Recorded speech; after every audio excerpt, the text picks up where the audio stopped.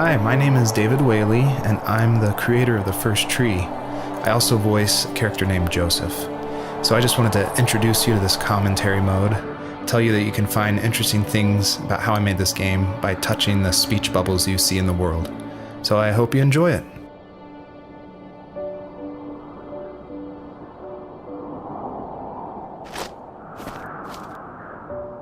Are you awake? I thought I heard you get up. Yeah, I'm awake. Sorry, I just can't sleep. Are you thinking about him? Yeah, a bit. Usually get back to sleep, my love. I'm fine. No, it's okay. What else is on your mind? I don't know. It seems weird, but I had one of the most vivid dreams of my life. I saw a fox on a snowy mountain, just looking confused and worried. Those eyes. I can't get those eyes out of my head. She was running in the windy snow, looking for something. Do you think it has to do with you and what's been going on? I don't know. It was just a dream, Rachel. They're not meant to make sense. A lot's happened the past couple days, that's all. Well, if you're not going to sleep anyway, you should tell me. I want to hear. All right.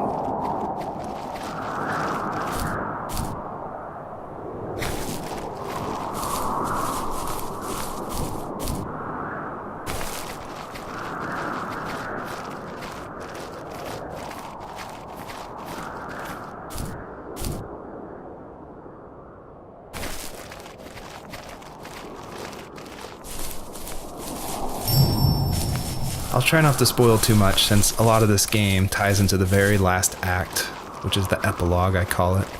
But you'll notice there's lots of items around, and that's kind of what the first tree is about, is like exploring this land and trying to figure out why they're there, what they were used for, and it's kind of explained that this is a dream for Joseph, but it's something different, and it's not supposed to be like your average dream. It's supposed to be something a little deeper. So pay attention to all the items that are around and try to figure out how they tie into the story.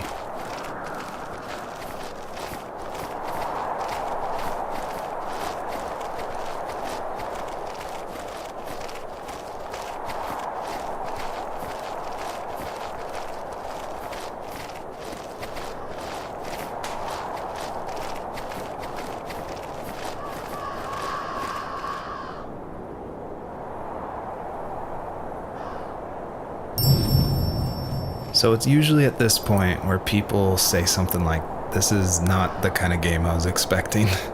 And that happened a lot at PAX West when I showed it. We'd have little kids play it, but then they see a dead fox cub, or kit is technically the word, but cub sounds, I don't know, it sounds better. Like Wes Anderson uses it in Fantastic Mr. Fox, so I thought cub would be all right. But anyway, having this game, I wanted it to be more serious. This game's based on dealing with the death of my father, which was the hardest thing that's ever happened to me and my family. But I don't want to talk about it here, and I didn't want to talk about it with anybody really to this day still. It's very personal.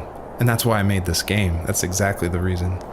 Because I wanted to get those feelings out and like communicate with people without like talking about it. And so that's what the first tree is. It's me dealing with my feelings, and it was a personal project, and it was just me, and it actually, like, I'm really glad I made it, but it wasn't easy to make, I guess is what I'm saying.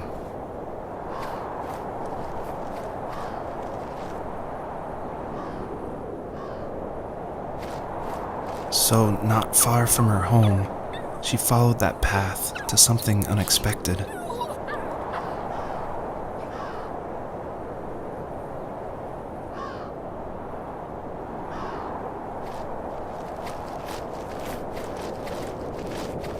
She couldn't stay, though.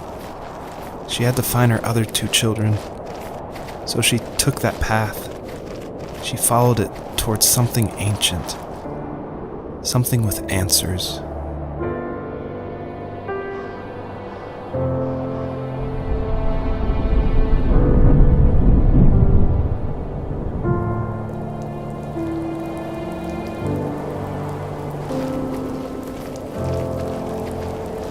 fox looked high and low, searching for any sign of her cubs. Points of light showed the way to this ancient tree. It was as if each one had a story to tell, all their own. The land was trying to tell my story, too. I felt like I was right behind her the whole time.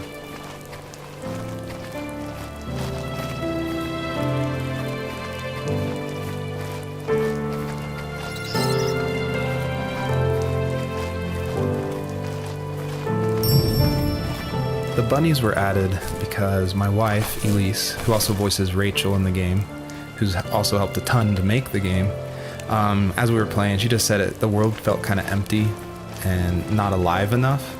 So I knew we needed to add some kind of life, and so the bunnies was like the first idea that came to mind. And like most of the game, I used like publicly available assets to speed up production because I was working full-time along with making this game, and we just had our first baby, a little girl named Evelyn. So I was messing with this asset called Herd Sim, and at one point, like the generation script that creates variations of the sizes of the bunny. One time I got out of control and it made like this monster bunny that towered over everybody.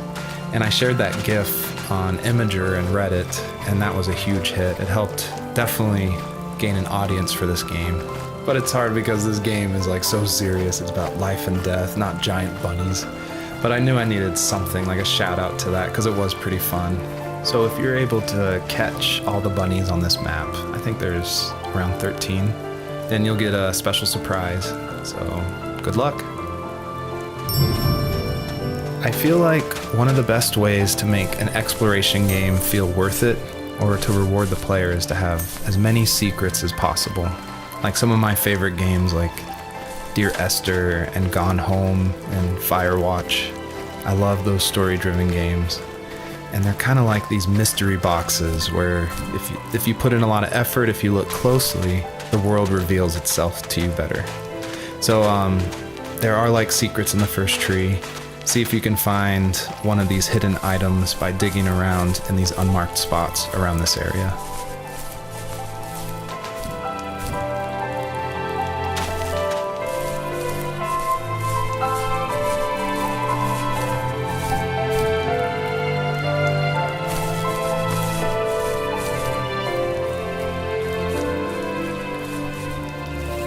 As a kid, did you ever do show and tell in your class? Yeah, I think I only did it once, when I was in the 4th grade. You know how my life was around then. I wanted to show my class what helped pass the time and distracted me, so I brought a dozen paper cranes I had made. I think I told everyone how badly I wanted to be a bird and fly, embarrassingly enough. Don't be embarrassed. Every kid wants to fly. For me, it was another toy from my dad, a wooden boat. I remember guarding it so carefully in my hands as I walked into class. When I sat down, a group of boys immediately made fun of it. They asked which trash can I found it in, or why an ugly log was my favorite toy. When I got up, I didn't even want to tell them my dad had carved it. I said it was a joke gift my friend had given me. Kids can be so cruel. Some of them are. I shouldn't have let them get to me, but it did. It's amazing we bounced back at all.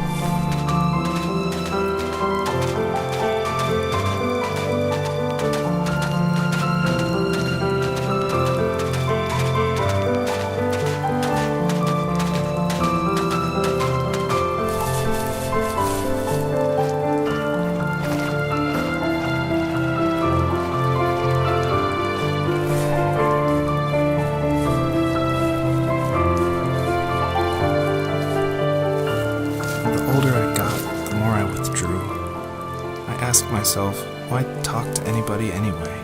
Why bother when I'm happy by myself? I started drawing a lot, mostly animals I saw in the woods by my home. I then imagined designing my own hideouts with things like TVs and pantries full of chips and cookies. I think that idea of leaving home and drawing blueprints started my career. I found a lot of solace in that. I'm not surprised, but I did the same thing, you know? There's something special about having a place to call your own. And now look at us. Well, if you count renting in an overpriced city. It's as close as we can get for now.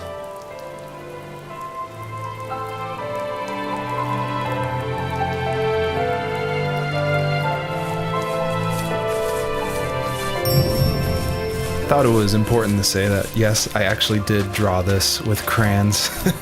And it was just funny to me one day that I was like, I'm working on my game, and I pulled out my little 1-year-old's like crayon set to draw this item for this game. I just realized just now that I probably threw away the original. I probably should have kept it and given it away to somebody, but oh well. I feel like one of the main reasons people play small indie games is because they are so personal and intimate. So I tried to put myself into this game as much as possible. So almost all the vignettes or little stories you hear in this game, they come from my childhood, where I grew up in the middle of nowhere in Central Virginia in the United States.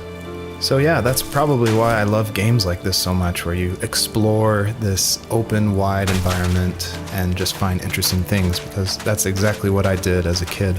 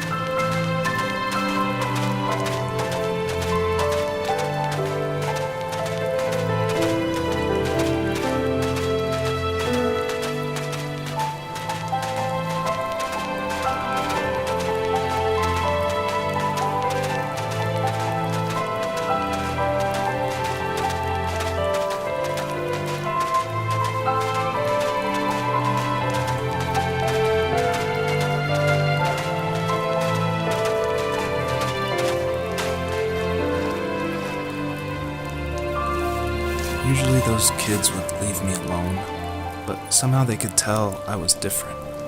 They made fun of how far away I lived. They called my dad a sourdough. I was a blabbermouth as a kid, telling my dad stories I made up for hours. But after that show and tell, I didn't tell him much anymore.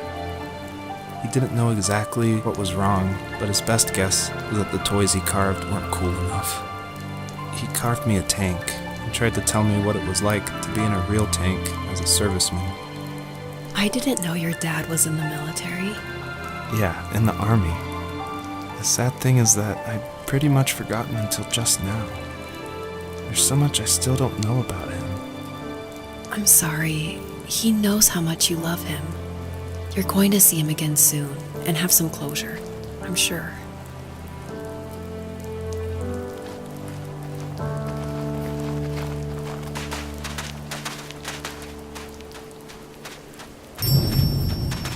A lot of people have gotten confused why Joseph's father is called a sourdough, and it's not stated outright at the beginning of the game, but Joseph and his dad, they grew up in Alaska.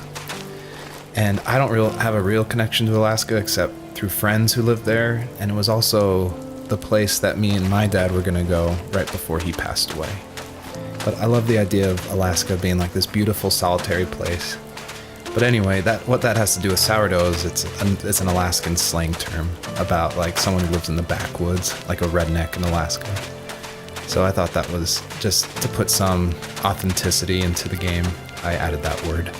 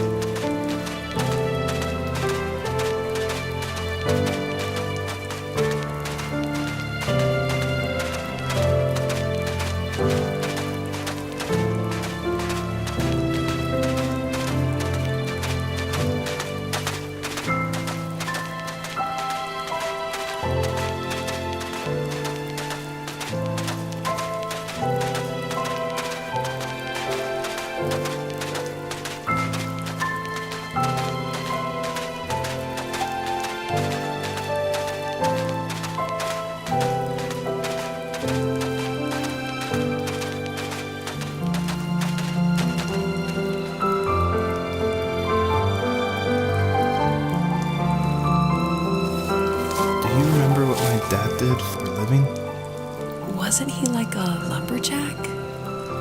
That's one way of putting it. If wood was a canvas, then a carving knife was his paintbrush.